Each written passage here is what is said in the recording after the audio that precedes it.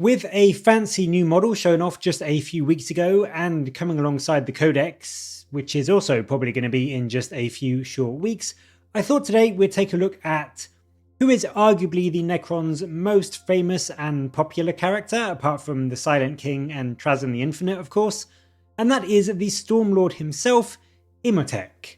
Is he any good? What kind of tricks can he pull on the battlefield? And is he worth taking in your games over 40k? Imotekh comes in at a nice round 100 points, which isn't the cheapest character around at the moment, but at the same time it does sit quite nicely below some of the pricier leaders that are around in the game for certain factions at the moment. It is worth noting though that for the Necrons specifically, they do have a lot of solid, good, cheap HQs you can take between their lords, their overlords, their cryptechs, even a few of the named characters like Urakan and Anrakir.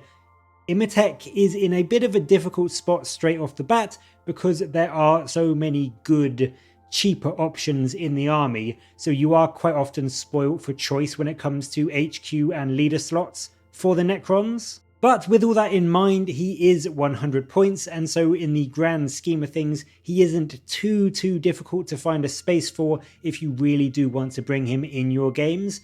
And for that 100 points, you get a fairly typical Necron Overlord stat line. He's toughness 5, and of course he sports the same standard 5-inch move of the Necrons. He also has a 4-up invuln, as you would expect from a named lord. He also has a 2-up save, but weirdly, he's only got 5 wounds, which is actually 1 less than the likes of Anrakir, and even the regular Overlord has 6. To me that feels really odd. I don't know why an important named, almost faction leader before the Silent King came back, why that kind of character would only have 5 wounds compared to the 6 that other Overlord level characters have. I don't know of any lore reason why he would be slightly less durable than the others, or why he would have less wounds. If there is a reason, do let me know down in the comments, but it does just seem like a bit of an odd oversight, because to me anyway, he would immediately straight off the bat be a good bit better if he had that extra wound just to give him a tiny bit more durability. That being said, however, he does have some good points going for him in exchange for that wound. On the damage output front, compared to regular overlords, he's actually quite respectable. He's not amazing by any stretch, but he is definitely respectable. In melee, he's got 4 strength 6, -3 AP, 2 damage attacks with devastating wounds thanks to his staff, which again, it's not terrifying, but it certainly will let you kill off a few marines, and if he joins a unit like Immortals or Warriors, which he can, it does give them a solid extra bit of melee output to help them fight off harassment units that might otherwise just see Warriors and Immortals as an easy target. His staff is also the same profile at range, just with no devastating wounds, and it only has 3 shots at range, but still, at 18 inches you get a gun that is -3 AP and 2 damage, and of course hits on 2s, so that isn't terrible. He can easily plink off 1 or 2 marines a turn with it, and it definitely will build up over the course of a game. And then on top of that, he also has a handy heavy flamer for when things get up close and personal, and this can really help him to clear out some more chaff that may get in his way. The Gauntlet of Fire gives him D6 shots at strength 5, -1 AP, 1 damage, and they also, of course, auto-hit and ignore cover. So again, it's nothing super scary by itself, but certainly against things like Marines or Fire Warriors or Infantry squads, he can do some respectable damage at range and in melee for his 100 point cost. Being a Necron leader, he also has a solid buff from the Command Protocols rule. What this means is that any unit he joins gets a very tasty +1 to hit, and he can join Immortals, Lichguard and Warriors, so you certainly will be doing that with him every time you bring him, just to give them an extra bonus to their damage output. It makes things like Immortals hit on 2s, and even Warriors get a really nice boost, dropping back to hitting on 3+, rather than the 4+ that they got lumbered with when 9th edition moved over to 10th. So, I mean, so far he's so okay. Like, his profile and his weapons are, as I've said, they're not terrible by any stretch, they're just decent though. They're nothing out this world, and so for 100 points, you may be thinking, maybe that doesn't warrant taking him. Like, maybe he's not worth taking at 100 points for what is essentially just okay. He does, however, also have some very good additional abilities that, one of them in particular, does almost make him worth that cost all by itself, and that is the Grand Strategist rule. And this is the always useful, always fantastic bonus CP at the start of your command phase, and as ever, as I've covered many times before, extra CP are always really sought after, especially in 10th edition, but especially for a faction like the Necrons.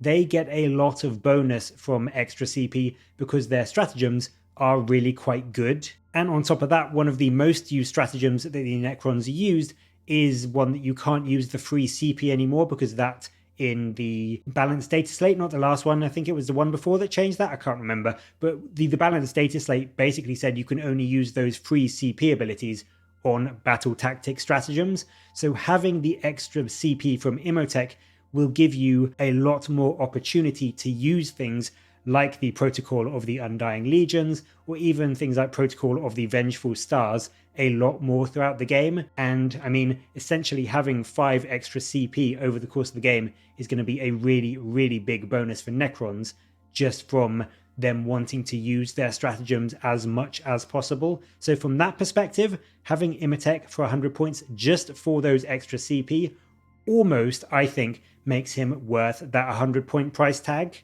His other rule that he has is Lord of the Storms. This is a once per game ability that lets you roll a d6 for every enemy unit within 12 inches at the end of your command phase.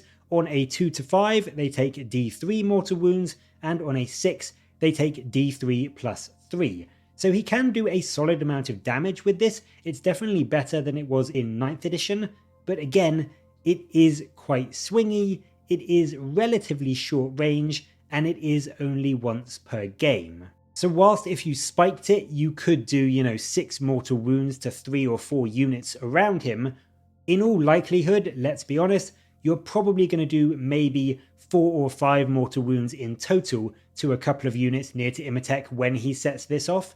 Again, it's decent, it's not bad, but it's just nothing super amazing. I think if I was going to redesign Imotech's data slate and profile, one of the things I would change about this is I would personally prefer it if it was maybe a tad less potent, maybe 1 mortal wound on 2 to 5 and then a flat 3 on a 6, but instead was a board-wide ability once per game, so you could potentially hit every enemy unit for a few mortal wounds just to do some chip damage.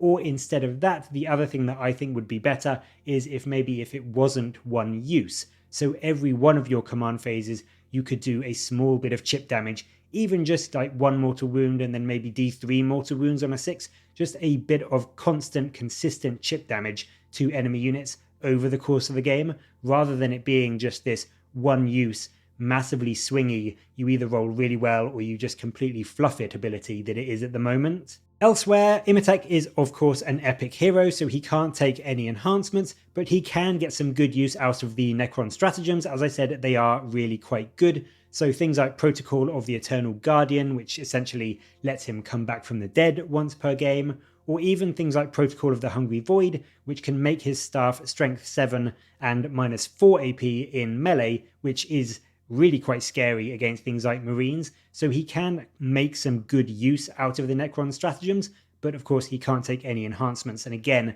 some of the Necron enhancements are really quite worth taking, so you want a non-epic hero so that you can actually bring them in your list. Overall, I think that Imotekh can bring a lot for his 100 points. His output, as I've said, in melee and range is decent. The +1 to hit bonus for his squad that you get from the detachment rule is really very nice for Necrons, and he can make Lich Guard, Warriors or Immortals much better. I would personally argue he goes best in things like Warriors, where that +1 to hit is really beneficial for them. It gives him a load of ablative wounds, and then also it gives them some much needed boost not only to their ranged output, but also gives them a bit of a melee beat stick to help fight off enemy harassment units that may try and tie them up. And then his ability Grand Strategist, as I've said, is genuinely brilliant and really does bring a lot to a faction like the Necrons. It's just, for 115 points, which is only 15 points more than Imotekh, you could instead get something like a Lord and a Chronomancer, and that in the very same warrior squad that Imotekh was just in still gives them their +1 to hit, of course. It also gives them +1 inch to their move, which is great for a slow moving army like Necrons. It potentially gets you a Resurrection Orb for the improved reanimation protocols, which is again a huge deal for Necrons and especially things like warriors.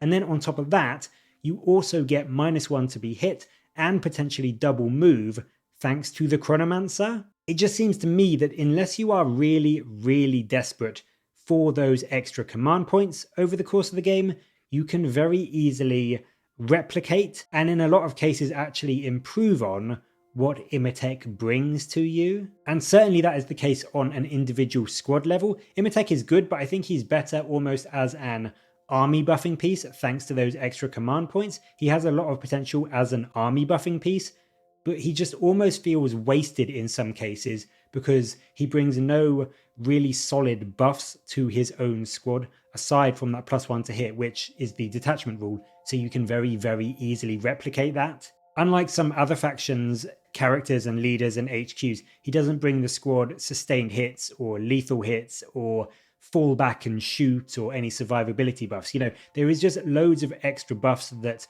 a lot of HQs and leaders bring to their own squad, and Imotekh doesn't have any of that. I mean, hell, for the exact same 100 points of Imotekh, you can take a Royal Warden to give a squad +1 to hit thanks to the detachment rule, the heavy and assault keywords on their ranged weapons, a once per game immunity to battle shock, and then also a Technomancer for a 5-up feel no pain. And to me, although that doesn't give you the command points, so army wide it's maybe a bit of a worse combo, for that squad of warriors, that is a much better use of 100 points than bringing Imotekh. For me, I just think Imotekh is, as I've said in this video before, he's alright. He's not bad in any sense of the word, he brings some decent output, he brings some solid army-wide bonuses, he just doesn't do enough on a squad level for me to make him worth taking over some of the other leader options that the Necrons have access to. So you're not going to lose if you do take him, and I certainly think in the current state of 10th where command points may be worth it to you over losing some individual squad benefits, you might think that he's worth taking, but I just think that unfortunately for Imotekh, there are some better, same priced or just a tiny bit more expensive, more worthwhile combos of leaders and HQs that can do more for your army and more for your squads that really push Imotekh to the sidelines a lot of the time. And that's Imotekh the Stormlord. I do like him. I think he has got an awesome new model, and I think he is a cool unit and character to have in an army just because especially his new model looks fantastic, and getting the extra CP is nice. Having the Stormlord ability to do some wounds around enemy squads nearby is nice to have. I just don't think he is worth it over some of the other combos that Necrons have. But, as always, I'd love to know what you make of him. Do you think he is worth bringing in games over things like Lords, Technomancers, Chronomancers, and Royal Wardens, and all that kind of stuff? I'd love to know. Let me know your thoughts down in the comments below.